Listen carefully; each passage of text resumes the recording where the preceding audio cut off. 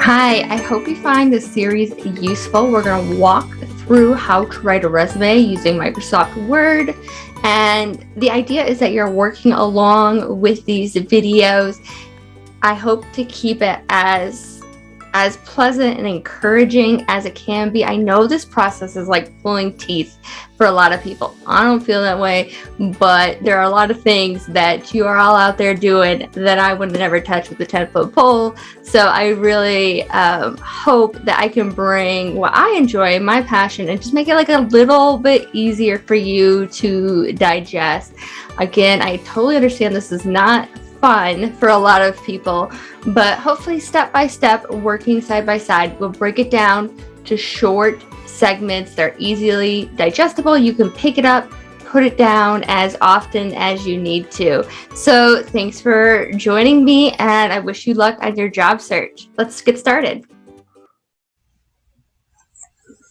I'm going to start by walking you through how to start your resume from scratch from a blank Word document.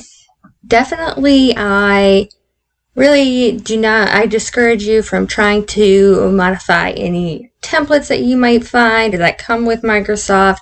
They can really cause more headaches than they are worth. So let's jump right in and get started. So of course, the first thing we're going to do is save this document. And we're going to always save the documents, our resume documents, with our name and the fact that it is a resume to distinguish it from when you write your cover letters and the position that you're applying to. So we'll go ahead and make that change. When you are choosing to write your resume, I encourage you to choose one of a couple fonts. Arial is the number one easiest for the applicant tracking software to read. So a document that or a software system that might be scanning your resume, looking for keywords, Arial is the easiest for that to read. And then if you are applying to somewhere that has a more formal kind of culture, like a bank or some certain types of positions in the government and higher education, then you may consider Times New Roman, another easy to read font. Calibri, great for all kinds of work. Another general font that's easier for the applicant tracking systems to read in Verdanda is the last one I can recommend. I used to be a Calibri girl, but we're going to go to Arial. And I'm really finding that you can really do a lot. So we want to start with your name. And of course, this is just going to be a sample name. All of your font size in this resume is going to be 11. Why is it going to be 11? I don't know. That's just the rules that it has to be 11. So we're just going to leave it up to the powers that be that say your resume size should be 11. I definitely discourage you from having a lot mixed different size fonts. Sometimes people try like sneak things in. That's not necessary. We can find ways to make sure that you have some breathing space. So the one thing that's not going to be size 11 is your name. And we're going to make that twice as big as size 22. That we have some room to play around with. So that doesn't doesn't have to be at size 22, but we want your name to really stand out and bring the most attention to your resume, of course. It should be the most attention-grabbing thing. So then we're going to go ahead and enter your phone number. And you're going to watch, I'm going to insert a symbol, and we can choose between a bullet, a smaller bullet, or one of these lines. If you're not seeing what I'm seeing, I use these all the time, so they're up there for me. You can scroll through the special characters and the symbols to find what you're looking for, and either one of these dots or one of these lines. So let's go with one of the bullets there. We're going to put your phone number. Then we're going to have your email address. And I hope you all have your documents open, you're following along. we're going to put another space. We're going to put another symbol there. So we want to make sure that we have space, round symbol, space. And let me tell you, this is a big pet peeve of mine. Go click on this and remove that hyperlink so it looks all the same. That, if your resume is printed out, it just has a nicer look. You can also, if you want to leave the hyperlink in there, you can undo that. People, if you feel like they may click on it, open it, which I feel is pretty rare, to just go ahead and change it to black and remove the underline, and then it will look the same, but it will still be able to give you that hyperlink option, as you can see. So either way, to get rid of the blue and the underline is a good way. And then we're going to go ahead and add your LinkedIn URL.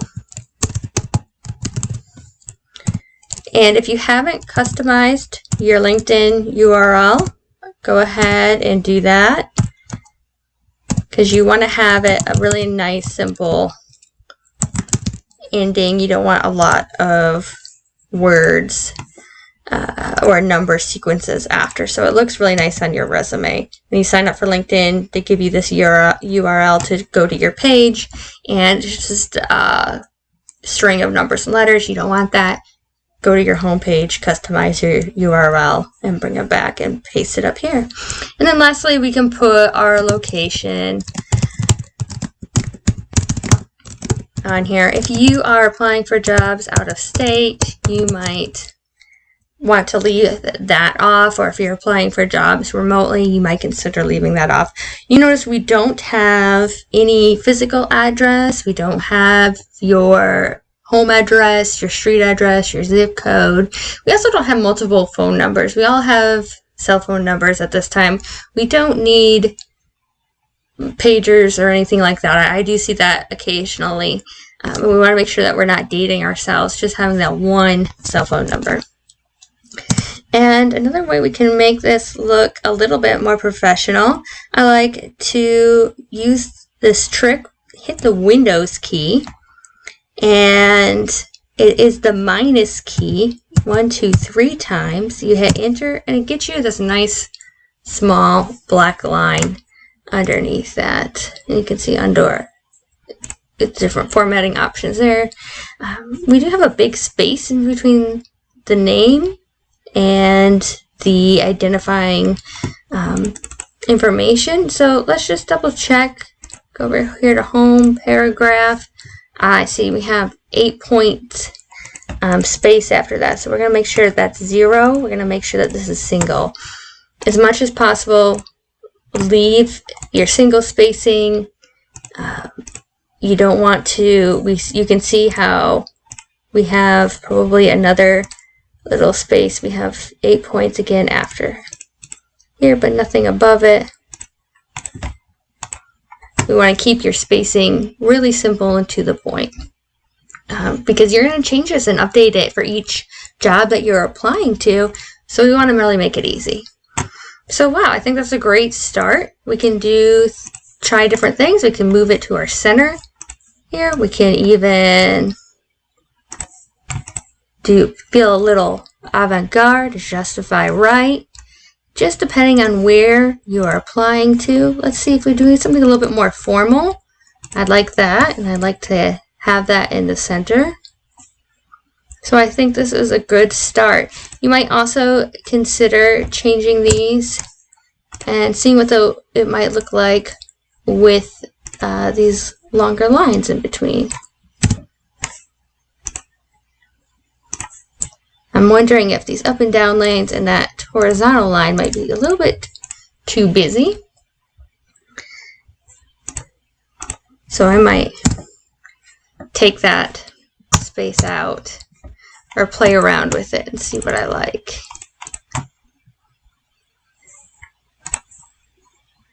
Do we like it right justified as well? No. I think we have to do it all or nothing. So I hope that was straightforward for you to understand and we'll be moving on to the next section of your resume in the next video. Thanks so much for watching.